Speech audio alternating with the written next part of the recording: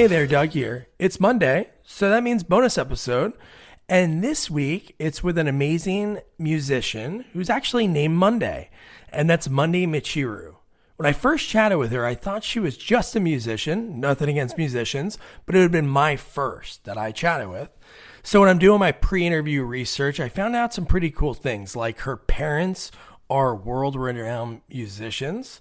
She has videos on YouTube with over 1 million views, and the fact that she was an actress at one point. All pretty rad, but I'll let her tell you about that. She's a better storyteller than I am, and if you are in the tri-state area and are a singer-songwriter, then you should check out her Storytellers Workshop in New York City. I'll put all the links in the episode notes so you can get more details, and also check out her website, mondaymichiru.com. Her last name spelled Michiru. Now enjoy my chat with Monday. Sweet. Well, how you doing? I'm doing well. Thank you very much. I'm so sorry I'm late to the party. Oh, don't you worry about it. I appreciate you taking the time. What I like to do with these, you're the first musician that I'm talking to, but from doing some research on you over the last few weeks, you are right up, acting and doing all that. So we'll get into that. Okay. But so where does your story begin? Where'd you grow up? Well, I actually was born in Japan and then moved to the East Coast of the U.S. Until 3, then went back to Japan, southern Japan in Beppu, and then from age 7 came back to the States. So namely, I've been in New York, most of the time, I guess, in L.A., and a little bit in Michigan when I went to the school out there, Interlochen Arts Academy. Oh, wow. Okay. Yeah. So what point, because I know that you grew up in a house of extremely talented musicians. Yeah. So at what point, which one did you fall in love with first? Was it like the music end of it or acting? No, the acting really was a byproduct of my being trained in music. So essentially, as you said, my parents are musicians, and I quickly grew to love that and discovered that, not too much of a surprise that I actually have, some talent in that. So, no, that sounds so big-headed. It's like humble brag. I'm talented. It is. Anyhow, so I just started playing classically the flute, and I went to a performance arts school and graduated from there. And as I was sort of, figuring out what I could do musically that, I don't know, was going to help me express myself.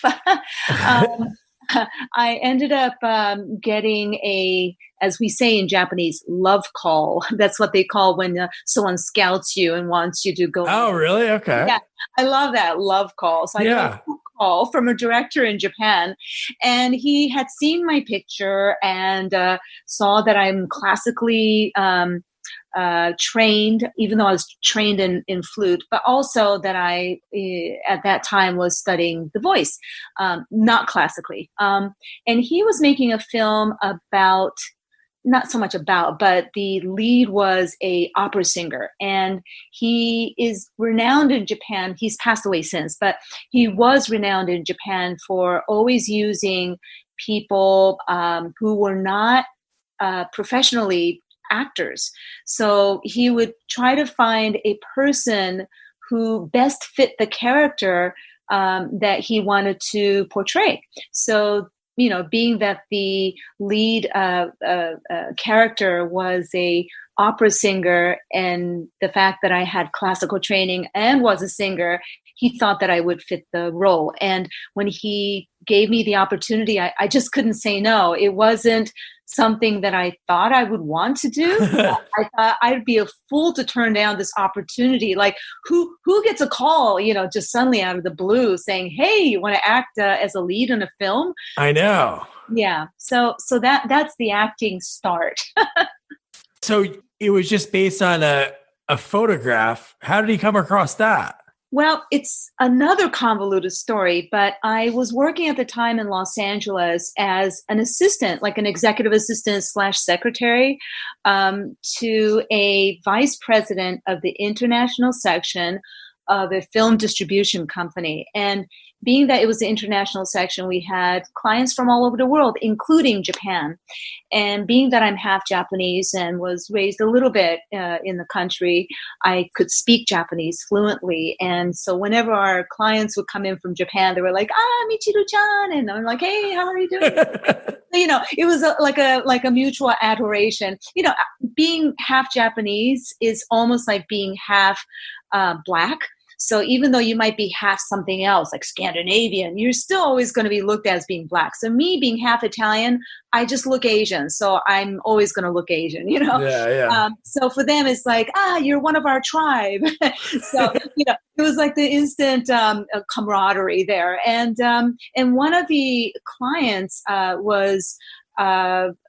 took a liking to me for whatever reason. I mean, I guess I'm sort of charming and sort of a nice person. Anyhow, so they invited me to dinner one night, and at the dinner was this.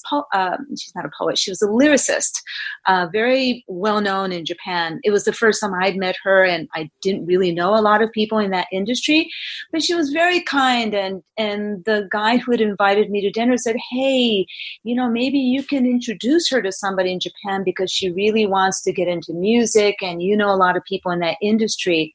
So when she went back, she took it to heart. I had given her my bio and a demo and a picture, and she gave it to a person who heads his own management company, as well as a recording label, who also happened to be a producer of various projects. And it happens to be he was one of the producers for this film. So it's a long wow story about this, but it's interesting how it is that you never think is going to lead you to a certain direction suddenly will take a left turn, and it's an interesting world out there, Yeah, you give a photo, a bio, and a demo. Yeah. I'm sure on like a cassette, right? Yeah, exactly. It was 1987, so it was definitely on cassette. Thank you for realizing that. And then it goes all the way from LA, and then it just happens to be it. And then you're in a movie, and you won some serious awards. I did. And again, this was not anything that, when someone gets into something as amazing as acting, it's so, I don't know, fantastical that, people who get into that, they train for years and years, and that's all they've ever dreamed of. And they hope that they're going to get some sort of an award and recognition.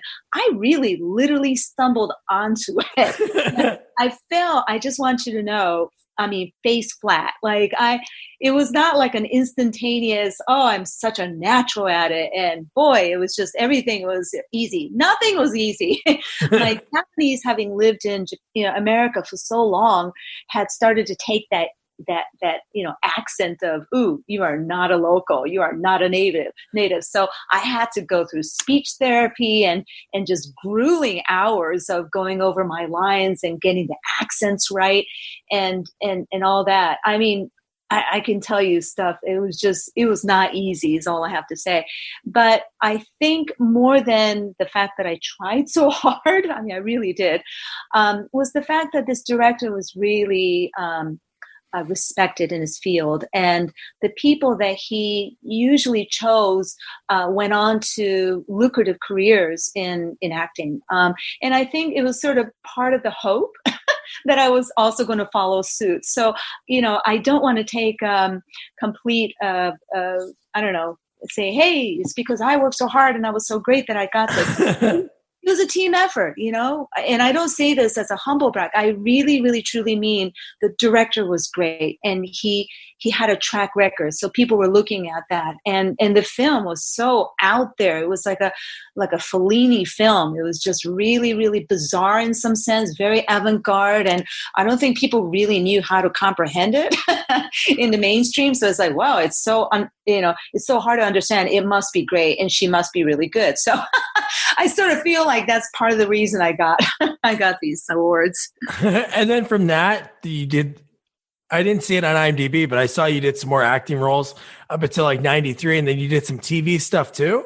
Yeah, I did. It just one fell after the other. Wow. I ended up, because of the awards, just the spotlight was on me. And so it was easy for my manager to, get roles for me and to sort of snowball after that. But as that was going on, I just felt so out of my depth.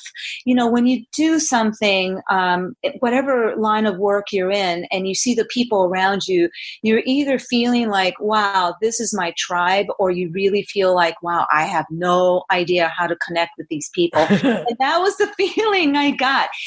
On occasion, I would be in a situation where I had other actors who were also involved in music in some way, and that was the only time that I felt like, ooh, I can connect with you and we can sort of, communicate with each other and have an understanding. But otherwise, it was really, really difficult. And I think, that's something to always keep in mind, that even if you're doing something a little different and stuff, you sort of get a feeling for when you're in a place that you should be. And that's sort of this certain feeling of recognition with the other people and the ability to be able to communicate, Yeah. And then while you're all doing that, then you have your first album come out in 91. What was that like? Oh, that was fantastic. I mean, that was all I wanted. So, the management company that I was involved with also, as I've mentioned, had their own label. And I had a direct connection with the president. So I would see him a few times a year. He would just check in on me, make sure that I'm acclimating to my life in Japan okay. And I told him each chance I got, hey, so when are we going to do something that's music related? So he knew that that's really what I wanted to do. And in 1990 or 91, Virgin Records had opened their label in Japan. So, the president of the company fast-tracked me there, and I was finally able to do what I really wanted to do. And it was a great experience. I finally felt like I was able to explore what I wanted to pursue. And, again, this was not a situation of, oh, first album, and it was a big hit. No, it wasn't. It barely sold. Virgin eventually shut down their operations there after a year or two. And, nothing comes easy. But if you keep pursuing what you want, eventually it happens, Yeah. What was it? Obviously, parents are always supportive no matter what you do. Sure. But obviously, them being in music, I'm sure they were excited in the movie that you're in. But when your album came out, that must have been like a special moment to have an album out and follow in your parents' footsteps. I hope so. I never asked them what they thought about it. I think they always felt, being jazz musicians themselves, that they really couldn't understand what it was that I was trying to do musically, because I'm not a jazz musician, even though a lot of people will peg me as one. I have a lot of jazz leanings and jazz hints and flavors, but I'm not really a jazz musician. So from the start, they were sort of like, okay, so she's acting. And they came to the screening and they were really proud that I was doing something, so interesting and creative. I think they were more happy about the fact that I was pursuing the creative arts, and that made them happy to see that I was working hard at it, and and there were accolades, and that was great. So when I did do the first album, I did reach out to them and said, hey, I have this one song that no matter how you look at it, it's a jazz ballad, and I'd love for you to be involved in the in the album. And would you do it? So they said yes. And, out of an album of, I don't know, 10, 11, 12 songs, I can't remember now, they actually did do the one song. So, oh, that is so cool. Yeah, that was a moment for me, definitely. And it's like a moment, especially when it comes to music. Obviously, if it's like a live performance, somebody can record it and you have memories, but that is like, frozen in time, because you can always go back and listen to that. That's so cool. Yes, absolutely. And so when I was doing research on you and I was like going through YouTube and just looking at so many videos, you are insanely popular. I was going from like video to video and just like watching them and then clicking. It's like one's 100,000, then the next one has like 200,000 views, and then one had like 1 million. I'm like, wow, that is so. What is that like? Do you ever go and look for yourself on YouTube or? The only time I go and look for myself in YouTube is because someone asked me for a link of something. I'll do that. But honestly, I've never noticed the numbers, and that's sort of shocking. Really? Yeah. And the comments are really cool. I talk to some actors all the time and they talk about like iconic roles that they had. And it was like something 20, 30 years ago. And I'll tell them, hey, check out this video. I'll send you the link. And the comments are like so kind about them. And the same thing for you, like what people say about how much they love your music. It's like really cool. So if you ever have like a sad kind of day, you can go back and check it out. Little self perk. Okay. This is the sound of your ride home with Dad after he caught you vaping.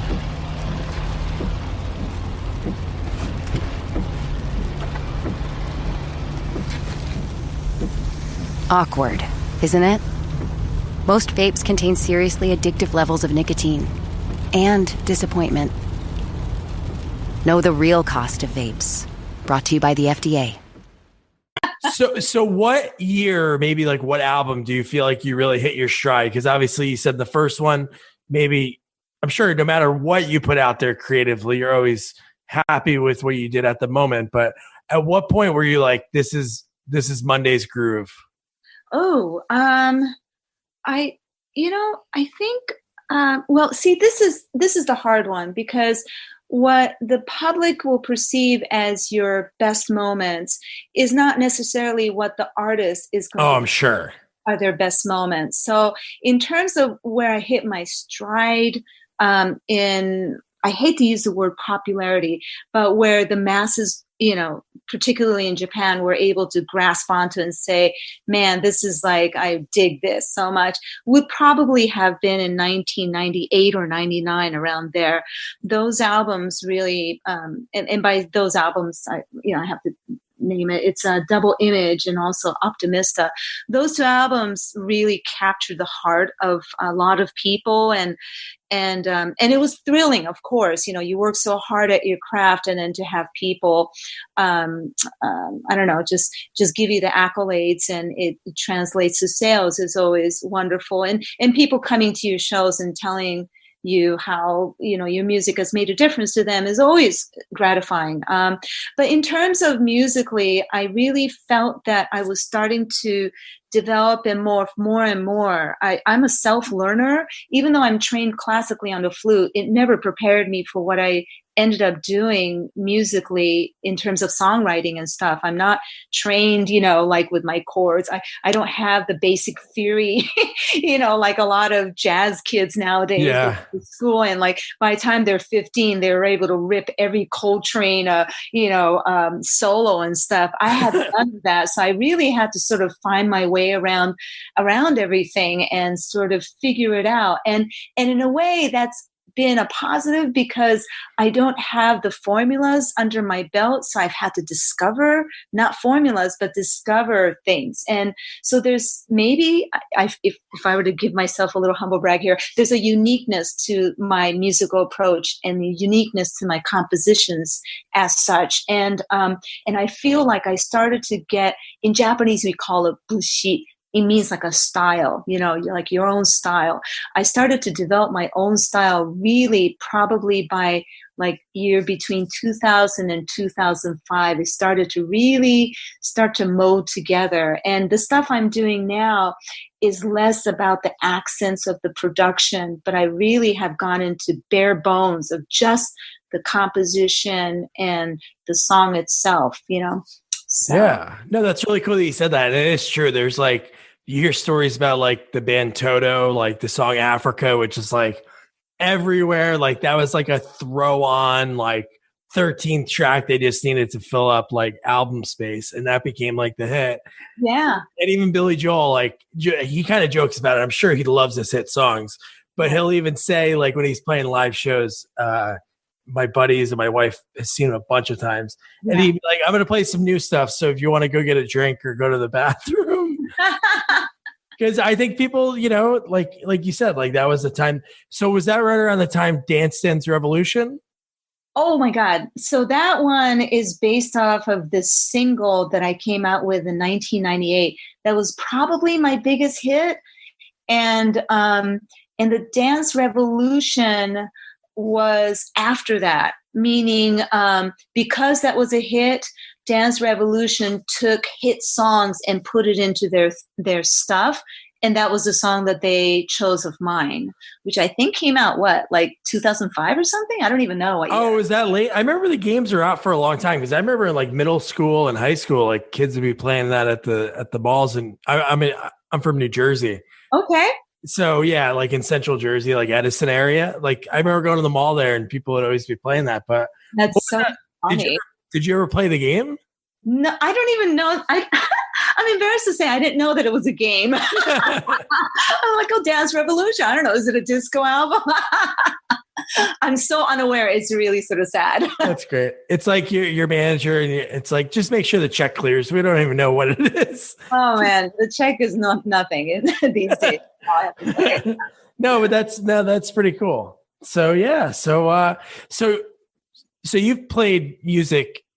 Seems like all over the world, right? Well, pretty much, I guess. Yeah. Is there any like obscure places or countries that you've performed in? Obscure, gosh, I don't know. Bali. Really? Yeah, I mean, it's not so obscure. But still, yeah. that's. Yeah, it is. I thought it was pretty cool to do that. And then I DJ'd once in Stockholm, which was sort of cool. Really? Yeah. How did you get approached to do that? Back in the day, I used to DJ. And oh, really? Yeah. The reason I did so was, aside from the fact that I was an avid vinyl collector, when you perform as a singer, unless you're like Alicia Keys and able to play the piano and sing as well, you're really dependent on other musicians to back you up. So I do a lot of duets with just guitar, particularly just guitar, but sometimes also with piano, which means you have to hire somebody else, which means it's going to cost more to do that. So especially when you're going to smaller cities or towns, villages,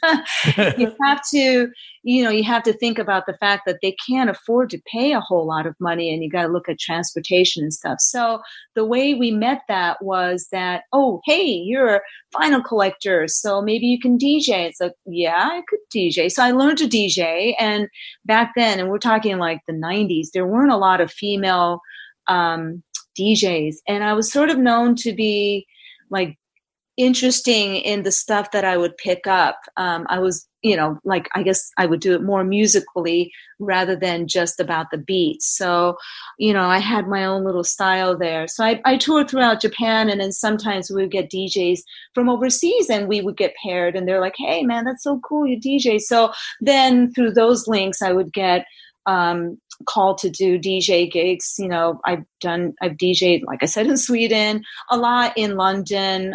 Did I do Germany? I feel like I did. I might be making that up. I can't remember anymore. It was really back in the 90s. I did all of that. So did you do it in the States as well too, like in LA or New York? No, I've never performed or DJ'd in LA. By the time I moved back to New York, I was a mother, and I had performed once, but that was with a group called Mondo Grosso. But once I moved back here in 2000, and my kid was a little bit older, I started to perform, and no, at that point, I made a conscious effort to give up the to hang up my headphones, if you will. Yeah. Yeah, because DJing is really, particularly the kind of music I did, which is very underground and it's very niche. You really have to be in the know and really, it's like you go to a vinyl shop and the kind of stuff that you need to get to be sort of, I don't know, to have the right to DJ, in my book, is the stuff that they have behind the counter. But nowadays, everything's online, everything's a CD, and, it's just a different game. So I just didn't want to do that anymore. It was like, okay, what am I focusing on? Being a DJ or being a musician? And I thought I'd rather focus on the music, in terms of writing the music. That's great. Here's one question that I always ask people. And obviously you were in movies and TV, but I always ask people, when your show, especially I talk to a lot of people that guest star in TV shows, I say, hey, do you set your DVRs invite friends over or family and like watch the episode? And I would say most of the people say yes. So what's like a ritual that you do? Like you just had an album come out a couple of years ago, Naked Breath 2. Right. What do you have like a ritual? Because this isn't your first album. Do you do anything when it comes out? Is there like kind of a party, or do you get together with family and listen to it? I wish I could say that I have a ritual, and I really don't. Back when I was with a record label, we would have like a CD release party. And by that, it would be about getting the media, to come out so they could report on it, and having musician friends to come so they could support it and pick up a copy and do whatever it is they do on it. Most of them have like their own radio shows or whatever it is, right? And then you would perform live just to signify, hey, it's out there, release in my dear child, But now it's more obscure. It's sort of like, I've got it. So, the night that it's mastered and you get the hard copies, a bottle of champagne will be open and I'll enjoy it with some friends. But well, that's cool. Yeah, nothing deep and extreme like, okay, that's it. We got a party going down with 10,000 people. But I think it's even better, like a more of an intimate kind of like hang out with some friends, listen to it. No, that's pretty cool. Oh, yeah, definitely. I think the biggest joy is to be able to give it to the people I really love. Like, hey, this came out and I want you to have it. Just to be able to give those first copies to cherish people. And of course, the people who worked on it to make it happen.